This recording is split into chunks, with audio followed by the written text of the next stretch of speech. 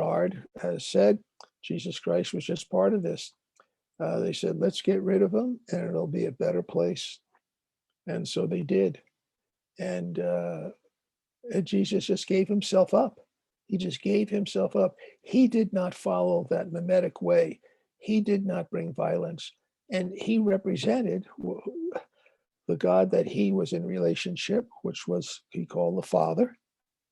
And that God was not vindictive, didn't want to punish people, and just allowed that this violence happened.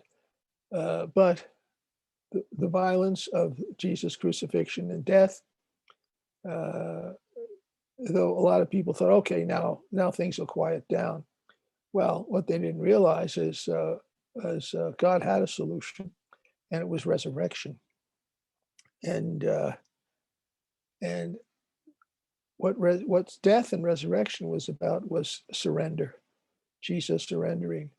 And I think that's what we need to be thinking about, is surrendering to the will of God, who's nonviolent, and learning to listen in a deeper prayer that will then help us to learn to listen to one another and not focus on differences, because differences are not necessarily bad. They're just differences. But in mimetic way of living, when there's differences, and each difference desires what the other wants, a better world, and they have the way to do it. We got to let that stuff go. And we have to surrender to a deeper prayer so that we can begin to surrender to the differences in one another. Religion as an institution tends to separate. And separate not in a good way, separate in a mimetic way, in which we tend to punish, put down, ostracize others. I mean, just recently, my church came out with a thing about no blessings of gays and lesbian unions. It says, you're different, you're not us, you're not doing it right, we're gonna punish you. We're not gonna bless your unions. And whether you agree with whether those unions are good, bad, or indifferent, what institutions tend to do is see differences as needing to be ostracized, needing to be made to know they're different and not as good as. We used to do the same things with divorced people, and tell them that they should get lost if they get divorced, even though there was no canon law against it. We would say that anyway. And it's the same with divorced and remarried without an annulment. There's just something about separating and refusing things to people. We in my church, we have a way of we refuse communion to certain other Christians who are very good Christians, but they're not Catholic. So they're not going to get the Eucharist. And we have all kinds of reasons for it, just as we all kinds of reasons why we shouldn't bless people. And they're all very logical and they all make a lot of sense, but they divide. And I think what we have to start doing, we have to do more, is break down the divides, because it's a toxic culture where even religious institutions are making divides and separating out, and not separating out, just say, well, you're different than we are, but that's okay. You're different than we are, and we're not going to let you have some things. We're going to let you know that your difference is not acceptable to us. And so I think one of the ways that I look at these shootings, I know nothing about the young man who did it, but I know nothing about his background. But in other words, my world's not working out, and I got to punish anybody. So he goes to the grocery store, could be a movie theater. It might have who knows what it had to do with why he picked out a grocery store, why another person picks out a movie theater, why the Columbine things happened in 1999. But I'm afraid that there's going to be other people like him who will say, yes, I desire what he desires, and his solution is good. Now, I don't know, this guy was going to kill himself. He got shot before he could kill himself. If he was going to do that, I don't know. But there is this solution to the problems of a world that's different than me, is to get rid of some people. And I just see it going on and on and on. It doesn't matter what side you're on in terms of any political position. There's always somebody who should be punished because they're the problem. So I find that what this monastery is trying to do, is a Catholic monastery. It's the Trappists, been around since the Benedictines of the 6th century, is to present a way of living that has a sufficient amount of silence, stillness, and solitude, which is not loneliness, not spending all your time necessarily alone, to be a deeper contemplative community, a deeper contemplative people, as a witness to, yes, there are problems in the world, and we think that this is part of the solution. And we have a whole history of this kind of prayer as being part of a solution. You've got to be changed within. And until that change takes place within, whoever you vote for, or whatever political party, or whatever institutional church you belong to, those are all outside. Those are all outside solutions. And outside solutions are outside solutions. And they're not sufficient solutions because the interior is not being changed enough. We see, so that's what I see as what's being lost. People say what's being lost is people aren't going to church, or people aren't going to synagogue. I suppose the Muslims would say people aren't going to their places too. Ashrams and temples and so on and so forth, whatever it is. And they think that showing up is, but it isn't, because, it has to be an interior change. And, because we're thinking, you people who are listening to this, you persons who are listening to this, are working on an interior life and saying, oh, this is such a terrible tragedy, it's awful. There's somebody out there saying, hey, that guy, that may be the way to go. And let me get my automatic rifles and stuff, and I'm going to take some people out. Doesn't take very many. And so what can we do? I mean, we're not going to put guards at our front door of our monastery and so on and so forth. I mean, but I think that Jesus Christ had the solution. And he's the Son of God. And he is God. And the solution is get changed within. And if people are going to make you a victim, he said, I'm not going to fight it, but I'll beat it, which he did with resurrection. And that was a lot of suffering. So he simply taught people how to live. He talked about turning the other cheek. You have the Sermon on the Mount. You have all those ideas. If someone wants your cloak, and you give them your cloak. If you have 2 jackets, give one away. It's an attitude. And he didn't say give it away if they are part of your group. He just said give it away. He said love your enemies. It's easy to love your friends. That's why we like to hang around with people who agree with us, because they agree with us. And you know what? You never grow if you hang around people who agree with you. I like to hang around people who don't agree with me, because then I may find out something else. And if I have enough interior life, I may listen and I may actually learn something. Who knows?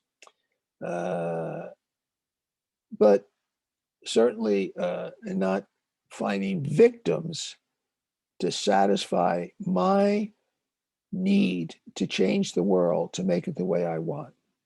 I mean, it's insane to say life is terrible and the solution is to kill people in a grocery store. We know that's insane, but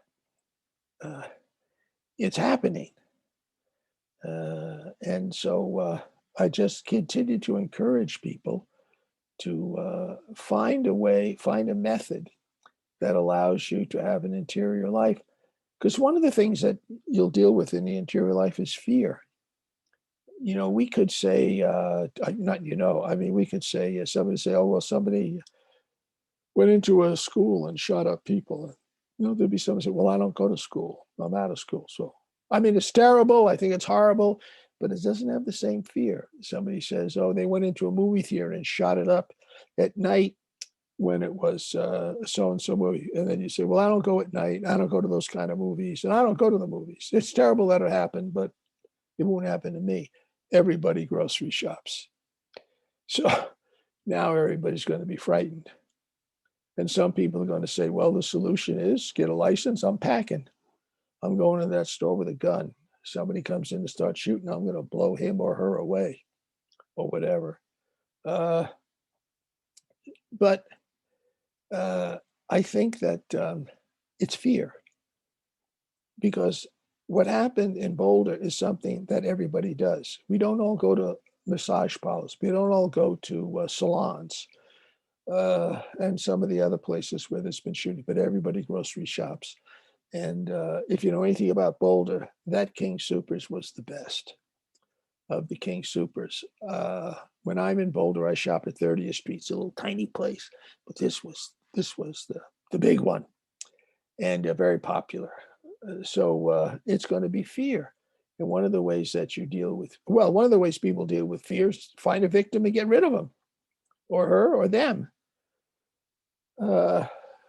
But I think we should start with a deeper prayer, because the deeper prayer will expose our things that are rumbling around inside of us, and we may be able to take a better look at them.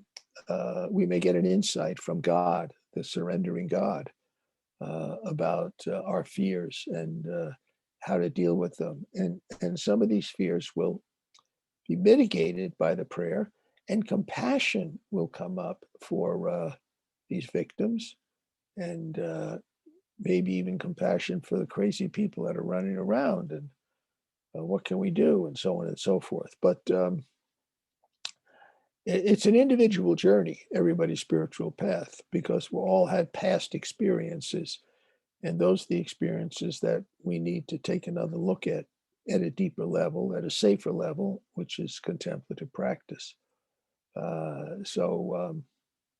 Thomas Keating called it unloading of the unconscious. It's just that you'll be able to look at your fears, and they won't be so paralyzing.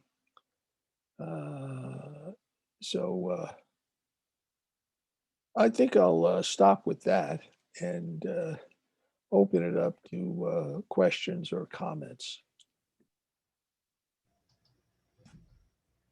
Yeah, if you'd like to make a comment, please, you can unmute yourself and go ahead.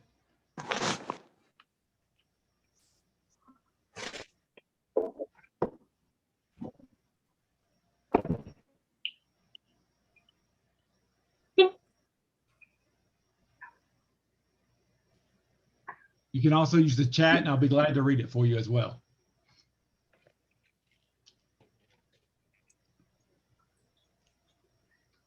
Harry? Yes. Has there been a discussion with the other monks and priests at the monastery about what happened in Boulder? And if so, what was it? No, because we don't get news up here very well. We don't have radios, we don't have newspapers, we don't have television. And some guys don't even use computers. So first you have to find out what happened. I found out because I was on a Zoom meeting with some people, and somebody came on late that afternoon, Monday. And she said she was traumatized. And she said something about a grocery store. So I'll talk about it at the end of the meeting. That's how I found out. Otherwise, I would not have been asking any questions of anybody in Boulder. My cell phone's turned off. So I got some some details about what was happening, probably the same news things everybody is getting. So no, we're not talking about it. Again, we don't have lots of meetings like that. So I don't know. I think the next time we get together, we'll talk about it. And hopefully nothing else happens between now and the next time we get together at a meeting.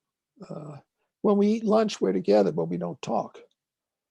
And when we're at church and choir, we're singing, or it's the mass. So, but there's certain times when we do get together, and then that's a chance to share. And I suppose as more details come out, there'll be more to talk about. So we'll just wait and see.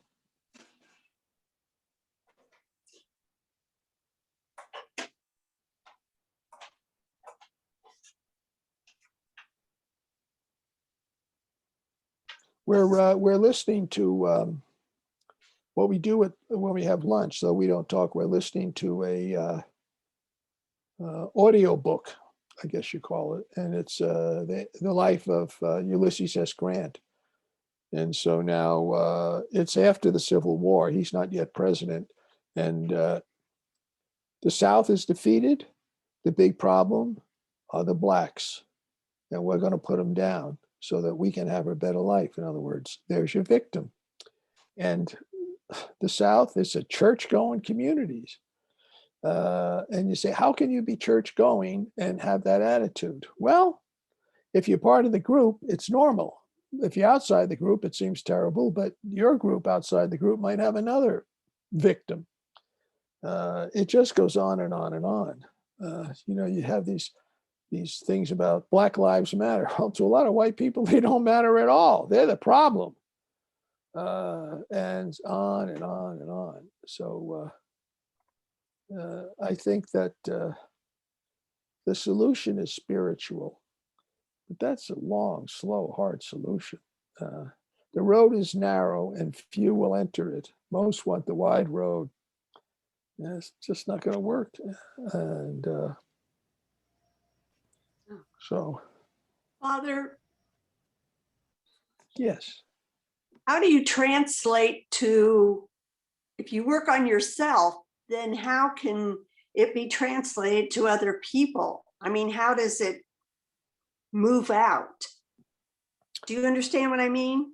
Yes. And I think, again, I would turn to someone like Jesus Christ. If God was going to become incarnate, why did he do in the 21st century when he had the internet and you could talk to the whole world? God didn't. God came when you talk one-on-one. You know, when they said he had a crowd, I mean, how big can a crowd be generally? Because there's no microphones. I mean, when they said there was the feeding of the 5,000, you say, well, how many of those actually heard what he said? Who knows?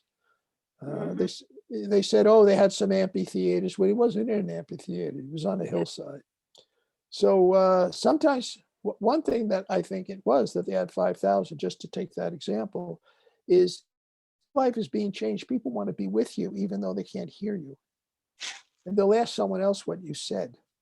What I think happens when you work on yourself and you end up talking one-on-one, I mean, he only picked a dozen people to follow him.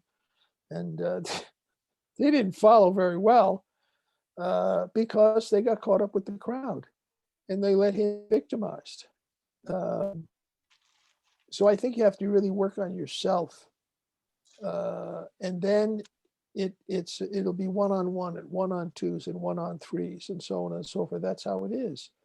We're fortunate now that we have Zoom. I can sit in my room or in the bookstore or wherever and talk to people, and then it can be recorded and more people can listen and so on and so forth and ponder and think. I mean, transformation is really a slow process, but I see Jesus doing it one-on-one. And what strikes me is what he's saying is you have to be all in if there's going to be any change.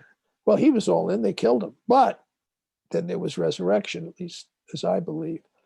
And that brings up 2 points. This coming Sunday, for any of you who are And one of the big denominational churches, or the Catholic Church, Episcopals, I think we all doing the same Sunday reading, which is Mark's Gospel. The Passion in Mark's Gospel, where there's two people in that Gospel that I think have something in common. One is Jesus. All during his life, his public life, what he said, the ones who said, "You're the Son of God, you're the Christ," he said, "Don't tell anybody." I mean, when he had the transfiguration and his disciples were all blown away, he said, "Don't say anything." The power of evil, they had a sense who he was. And they said, "Oh, I know you're the Son of David, you're a Son of God." He said, "Shut up." He didn't want anybody to know, because they would equate his godness with his miracles. And that's what people are looking for. They want a God who will fix their world. They don't want to change. They want a God who will change it for them. And it wasn't until Jesus on the cross breathed his last, and then the centurion came along with the spear and said, "Truly, this is the Son of God." That's when it became public. Because what had Jesus done? He gave his all. And he says, this is what it is to be a child of God. You give it all.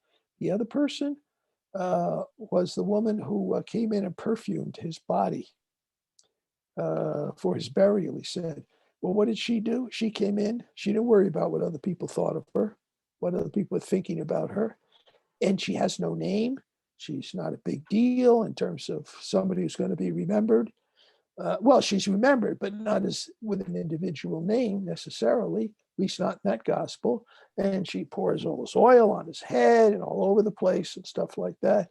In other words, she uses up the whole jar of expensive oil.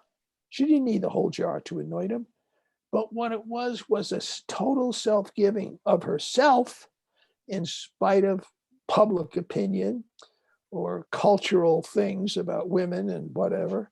And she used the whole jar. It's the idea of total surrender. And it only comes with a deep relationship with God. And, but she's remembered for what she did, and she makes it into the gospel. There were 12 disciples. Most of them, you have no idea what they did. They said, well, it said that so-and-so went here and he did that. And there's some people who said it was so-and-so. She made it into the gospel. They didn't, except to be picked.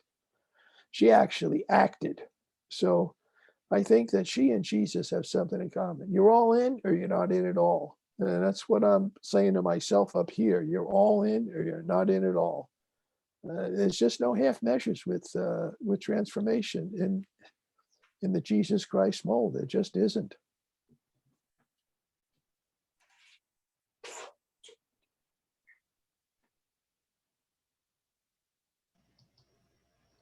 I think some of us think if we vote for the right candidate, the world will be a better place and I don't have to change. And whoever you vote for, it'll be a better place for some people, but not for other people.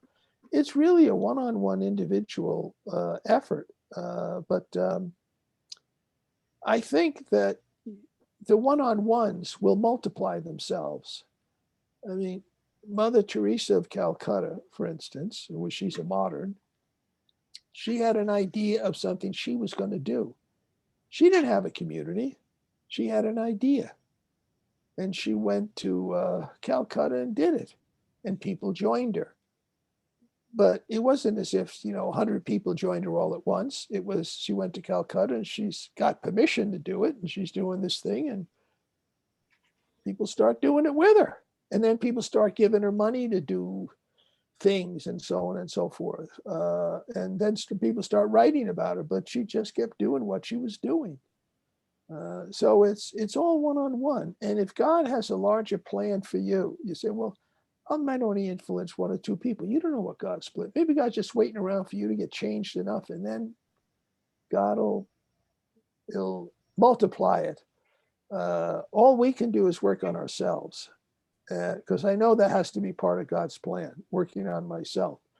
And the results of that will be seen in the people around. We'll see it. The people around us will see it. And as we come out of COVID, there will be people around, which is why people say, I can't wait to get back to the way things used to be. Well, they are getting back to the way things used to be, and people are going out and shooting people. So I don't think we want to get back to the way things used to be. We have to get something better. And it's not so much like it's never been. I mean, there's been a contemplative life in all spirituality, and all religions have had a contemplative life, I think. I haven't found one that hasn't. It's just that it gets put on the side, or it's for special people, or I haven't got time, blah, blah, blah. Same old things. We have the same old excuses. And then we try to find a different solution to the world, which is somebody else should do something. Well, I should do something. So it's not as if we're up here escaping the world.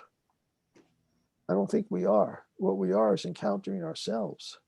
And where's God going to take that? I don't know. People say, how long are you going to be at the monastery? I don't know. I mean, I guess God's got some plan. I don't know what it is, but I certainly know that it's got something to do with me being a better person in terms of all that contemplative prayer does for us. And that's easy to figure out.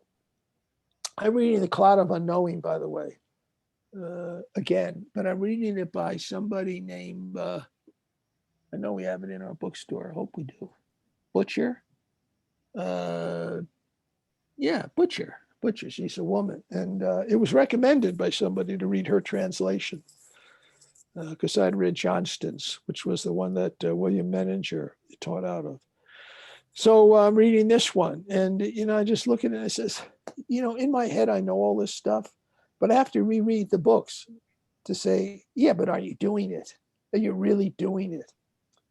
And one of the things it says, the cloud of unknowing says, well, we can't know God, we can love God. There's also the cloud of forgetting. You got to forget all the stuff that's rumbling around in your mind that makes you fearful, prejudicial, solution-oriented by your group, the whole mimetic thing that Rene Girard talks about. And you got to forget that stuff. Don't pay attention to it while you're sitting in your silent prayer, and then open yourself to the cloud of unknowing. Most of us can't get through the cloud of forgetting, much less the cloud of unknowing. And I'm right there with everybody else, please. So. Father Terry, we have a question. How do we get past our tribal mentality? It's either mask or no mask. It's either guns or no guns. And how can we as a communities of faith get past that? Well, again, I'm not so sure that institutional religions is going to do a really great job of it. Because there's probably, I'll just talk about my own. There's probably priests who aren't going to get inoculated because they don't believe in it or they don't want it. And they're not going to push it. And then there's others who said, well, you have to get your vaccine or else, and so on and so forth. So the bishops, at least, I haven't heard a bishop say, don't get inoculated. But what they're saying, I think, is these are safe, and whichever one you can get is what most of them are saying. And even if you don't like the Johnson & Johnson one, well, there's other ones around. But I haven't heard a bishop say you must get vaccinated. I haven't heard that yet. So, so it's very hard to I'm a little leery and weary of churches that get into a tribal mentality of here's what's right and everybody better do it or else. I mean, I remember younger days, if you don't go to mass on Sunday, you go to hell. Well, tell me that isn't a mimetic solution to the problems of the world. So I think it's really, I listen to people who are just really working on the interior life.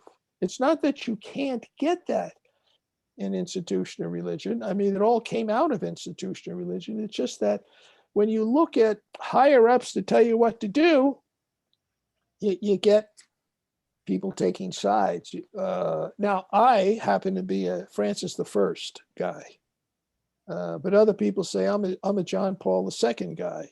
And so, what's that all about? Well, listen to what one says and listen to what the other says, and so on and so forth. So it's just, you just get all kinds of divisions. And so the important thing is, so that I don't see myself as looking at another priest as the problem or another bishop as the problem. Because when I do that, what I say is get rid of him. I wish that guy would retire, or they fire him or something like.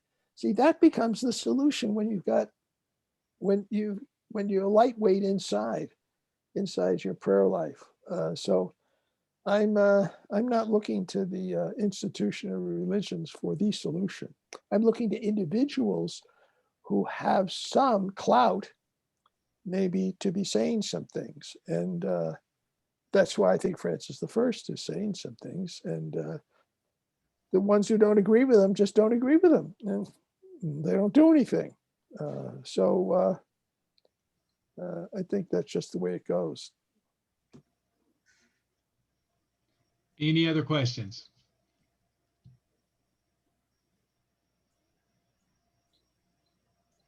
All right. Well, thanks, everybody. Thanks, Father Terry. Well, was this helpful at all? Can somebody tell me something? I don't know. This is kind of a recent thing. If I talked about the first century, I'd also, oh, this is so good. But tell me, is this doing anything? I mean, if 12 people listen and nobody checks it, actually, we got 12. I got 12 disciples. All right. Definitely very helpful. Okay. All right. Very good. Well, tell your friends to tune in. Yes, Agree, no, Father Terry. helpful. It's the challenge when you say the interior and just yourself, the challenge is overwhelming. Not on a daily basis.